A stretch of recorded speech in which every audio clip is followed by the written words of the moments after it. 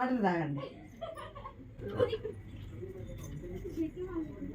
మంచిగా చదువుకోండి, అమ్మని గోస పెట్టకండి.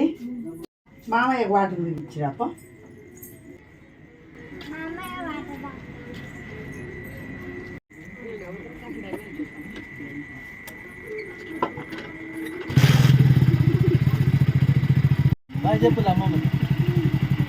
అప్పాల కావాలి మరి జాగ్రత్త, మమ్మీని ఇట్లా గోస పెట్టుకోకండి.